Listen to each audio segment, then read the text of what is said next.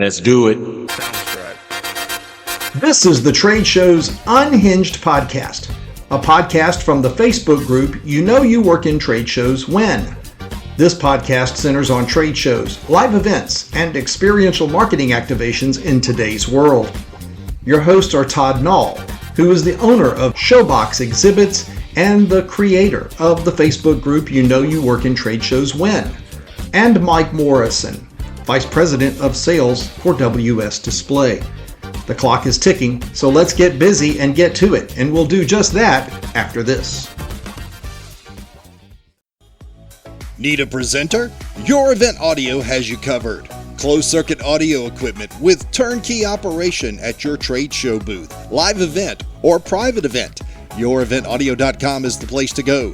DJ services, MC talent, and a whole lot more. Check out YourEventAudio.com today.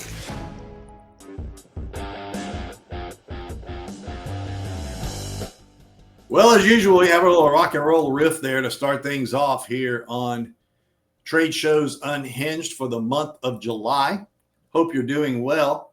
I've had better months. We'll talk about that in a minute. But Todd looks like he's having a great month. Todd Nall, the owner of Showbox Exhibits, joins us now out of his Houston office. You're in your new digs over there. You still only have one picture behind you. What's up? My office is the last to get done, but we've got some plans for it. So yeah. You only have a big mural back there. Oh, it's going to be awesome. You just wait. You just wait. Okay, that sounds like a threat or a promise. I'm not sure which one. So a lot of things going on here in the month of July. We're halfway through the year, and we got some topics to talk about. Of course, we're always unhinged, and one of the most unhinged topics that's being discussed across the board in our industry, in life in general, is politics. Right now, the headlines are what they are. We see what's happening. It's how it's affecting our businesses with all the trade tariff situation and how it's affecting our bottom lines and pricing. Speaking from the supply side, I know what that's like.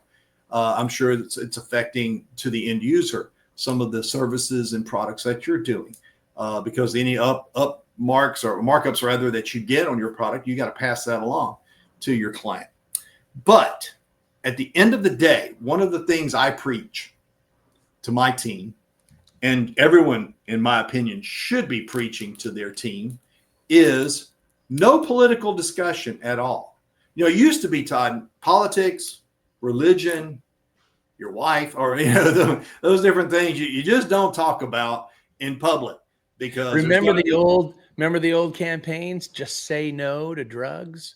Yeah, well, just say no to political conversations. Just don't do it, right? Yeah. And we've had situation after situation arise where both sides have just gone crazy. And it's like going to social media, go to Facebook, wherever, and that's where that stuff belongs. It really doesn't belong, period. But it certainly doesn't belong in our industry and in our discussions. Is one of the rules actually for this group. You work in Trade Shows When, where we house this podcast, no political comment. And every now and then I'll get an alert, and I'm sure you have as well. Yeah. Look at this comment. Is this racist? Is it this? Is it that? And is it political? I mean, the two seem to intertwine these days. So, that's the one thing I'll let you elaborate on, keeping politics out of our conversations. What's the best methodology for that?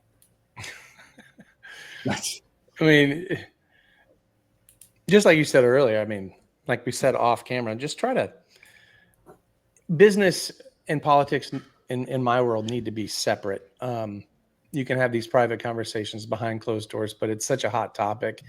And nowadays, your political opinion can, turn you off or alienate you from, potential business and potential clients. It's a personal feeling. Keep it to yourself. And, I just think that it definitely needs to be instilled in your employees, or at least those that work for you, to just say, hey, try to stay away from any conversation regarding that, because it could reflect on the company. It could obviously reflect on you. And just the best thing to do is just say, I'm not getting into that. I told you off camera as well. My statement is, yeah, it's crazy as crap out there, and then end it. And if the other person doesn't want to end it, then you politely excuse yourself. I have said my company has policy, and my policy is to not discuss politics in the industry, and that's just the best thing to do. And I've seen it across the board, not just certain issues or situations that have occurred. That some just happened recently, but you see it everywhere right now. And I think you do your talking in the ballot box. You go in there, you vote, you speak your piece there, and virtually and figuratively, but then you walk away, and then the chips fall down where they may, and that's it. We move on for 2 years until the midterms come. We see what happens. We adjust accordingly, and you go take off. It's interesting. So that's mine. My policy for our company is our people that I govern are to say, I'm sorry, I can't have that conversation. And if it doesn't have anything to do with selling displays, you should not be having that conversation. Right. We're talking about pictures of dead presidents to supply the client with something that they need. And we want to do the best job for you that we can do quickly, at a good quality and a fast turnaround. Those are the things we want to do. And everything else is just water under the bridge. Yeah. To quote a big fat lady that sings that. But she's huge, actually. But that's an unhinged comment. I'll get some email now. She's not big. So that's one. Another one you and I talked about, just happened and discussed at the ESCA conference, was the economy, and the forecast for the remainder of the year is not a recession like everybody thinks it is. It is a soft landing, quote unquote, in air quotes. And I'm not real sure, a soft landing to me is when you're going to fall and a big pillow shows up and you hit and it doesn't hurt as bad as rocks and concrete. And it's going to be a downward turn, but it's going to level out. I think that's what I kind of saw from that. But the idea of the recession that we were talking about earlier in 2025 may be a moot point, and that we will go into more of a soft landing for the rest of the year with a possible rebuild in 26. Have you heard anything on your end? Well, that's good news. I mean, I'm always a half full glass kind of guy, Sure. So, although, what can we do as business owners to prepare for a recession, right? We just have, I think you just put your foot down and pedal to the metal and just work harder and try to push through any kind of downturn, make smart choices, but what are you going to do to prevent, any kind of downturn? You just have to ride it out. So that's good news that it's a soft landing. That to me means, no real recession at all. The reference there from Smokey and the Bandit, we have to give them credit for pedal to the metal. Pedal to the metal. I don't want to get in trouble from YouTube or something like that. Right? You didn't give credit where credit was due. So yeah, I think it'll be interesting to watch. For us, we're understaffed. We need people, and we got some big announcements. We announced this week we hired Bill Roman, who's a former 14-year veteran at Orbis, to be our central United States sales manager. Started this week, and excited about that. But our project management team, to help with estimates and everything, they're thin, and we need help there. And trying to bulk up, as the term we've been using, is a challenge, because a lot of people, I don't know what it is. It almost goes back to COVID days, right? Oh yeah. They don't want to work. If they're going to work, they want absorbent salaries. Yeah. And I'm like, dude, we're a aggressive price display company. We don't, our margins are thin, and but we built, we get it in volume, just like Walmart does. Everyone else, you either get it in high price on less products or a lower competitive price on more products. So, 28,000 plus SKUs, we've got a lot of stuff to lean on. But trying to get help there is a bit of a challenge. I was in our Pennsylvania facility last week, and I saw that in the shop where, we're down sewers and we're down people working the shipping docks. And, our supervisor's out there humping it with boxes and labels. I mean, it's crazy. And he needs surgery. I'm in a surgical situation myself. He showed me on his ankle where his is blown up, and I don't even see how he's walking, but wow. It's crazy. It's absolutely crazy. Okay, next topic, and then we'll take a break. I laugh at this one because I resemble this remark. A presenter at ESCA talked about the fact that our Gen Z and millennial workers have shown repeatedly that they do not want to listen to boomers.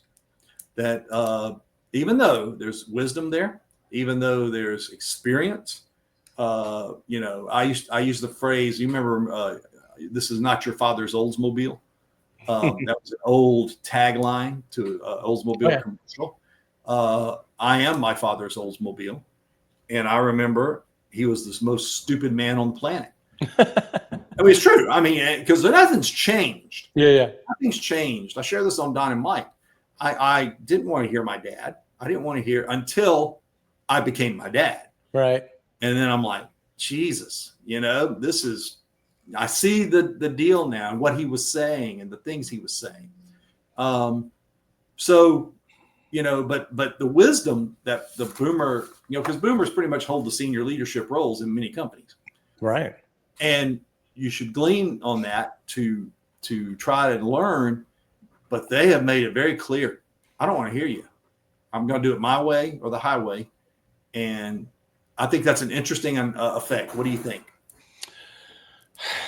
You're right. I'm glad they skipped the Gen Xers because we can show them a thing or two. I've always thought that I could learn a lot from my elders, and they should too. But no. You shared something recently about your dad on social media. Yeah. I mean, that's touching. That's, I probably should go back in time and repair some things. My father's passed. Yeah. I read his obituary in a newspaper. Oh. Yeah, that was the I won't get into the details, but sure. We were not talking. Yeah. Look, I don't like the disrespect, and you can choose to glean information from your elders, and you can choose to not listen to certain things, but that's your choice. I have learned what not to do as much as what to do from those in the business that are older than me, who have guided me through this business. I have definitely learned both ways. Learned what not to do is huge. And I think the things that I've taken away on what not to do in this business have been more beneficial to me than what to do. Pretty good words of wisdom there. By the way, did you intentionally put Showbox to the left side of your hat? No, I intentionally put the camera right to there on that perfect angle. That's good. I find that's cool. It has that dimensional effect of being on one side. That's right. So you should put your name on the other one. My name is Bob, and from Showbox Displays. That's funny. Cool hat. Okay, quick break. We'll come back and wrap things up right after this. Showbox Exhibits, headquartered in Houston, Texas, where they specialize in design, fabrication, and management of your trade show displays. At Showbox, the difference starts with listening to fully understand the unique brand story that's needed. Then they create an innovative, compelling concept that reflects specific event objectives.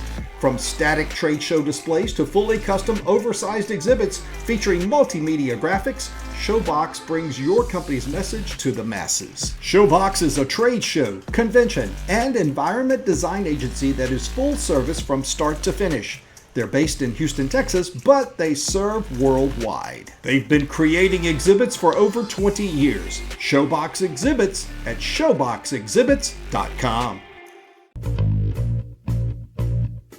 From light boxes, towers, counters, and back walls to turnkey custom exhibits, WS Display is your partner in providing quality displays at extremely aggressive pricing to fit any reseller's budget. Make more profit by teaming up with WS.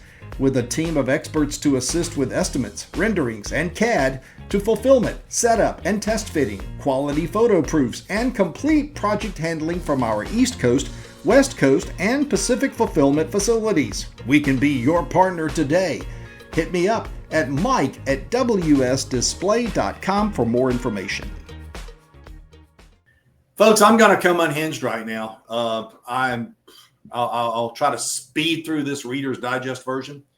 Before the ESCA conference, I had flights with my wife and daughter to Spokane, Washington, where you pick up a rental car and you drive over to Coeur d'Alene, Idaho. It's about a 25-minute drive. At 4 a.m, before a 9:40 flight, I get up and I get a text, a message from Delta. Guess what? Your flight's canceled. What the hell? I mean, just that's it. We're sorry. And then if you don't do anything within 24 hours, we're going to strike the entire ticket. So here we go with technology, right? Here's my unhinged part. Everybody pushes everybody to the app. Here's mine on the phone, right? Go to the app and figure out your life. That's kind of how they want to do it. Sorry, I hit my microphone. So here's the thing. I go to the app. I hit the thing to get on, talk to a representative. Your wait time is 15 hours. Whoa. 15 hours to chat somebody. Chat somebody. You could drive to Washington in 15 hours, probably. See, the problem is it was Saturday morning. Okay. There was nobody working. Oh. This was an emergency situation. A storm had come through and knocked everything off the computers the night before for Delta. So all the flights had been canceled because they could not program anything, apparently. Mm-hmm. So I live 25 minutes from the airport. I jump in my car. I drive to the airport. I figure I can have a better shot at keeping that return direct flight back to Atlanta if I go in person. I walk into Delta on crutches because everybody knows about my back situation.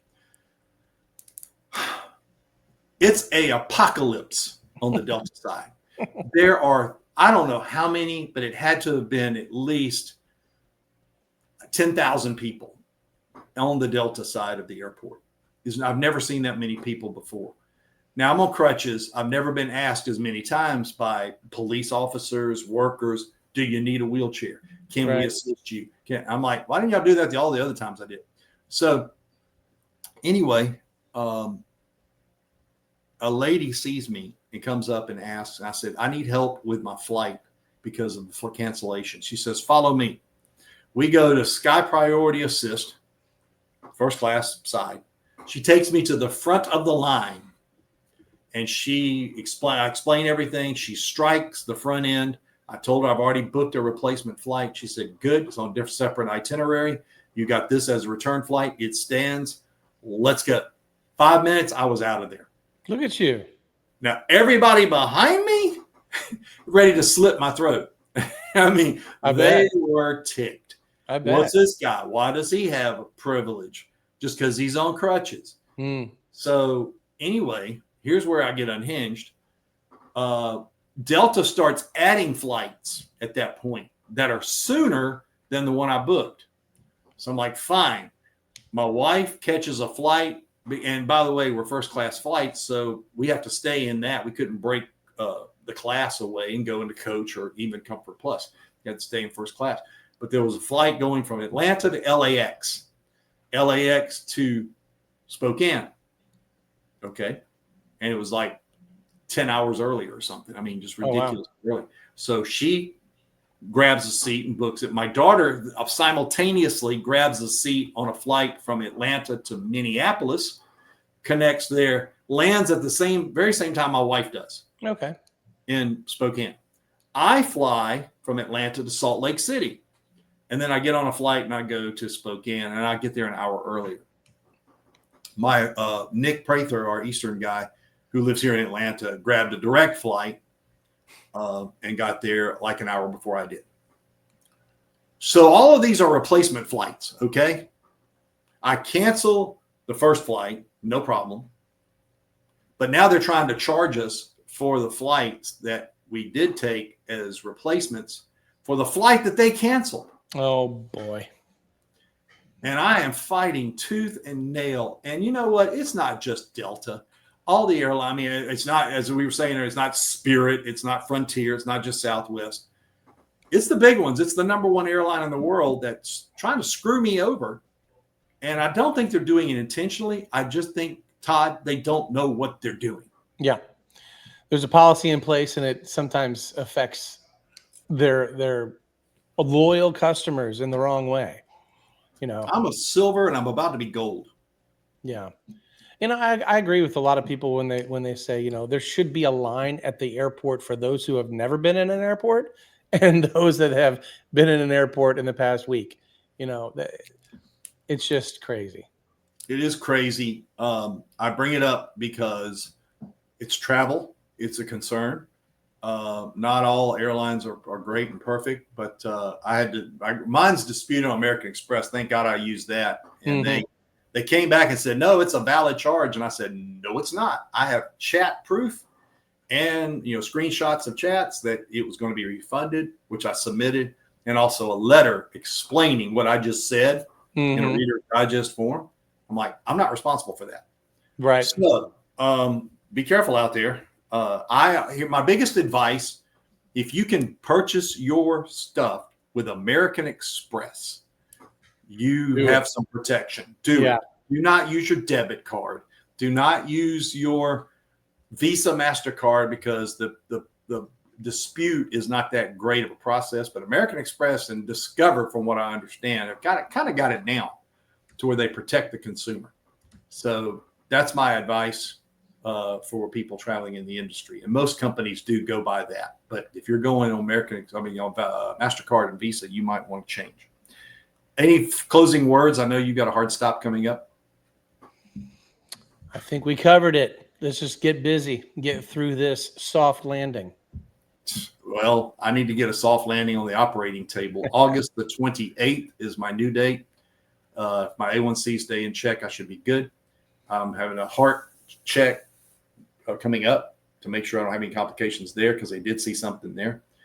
And the hits just keep on coming from Trade Shows Unhinged.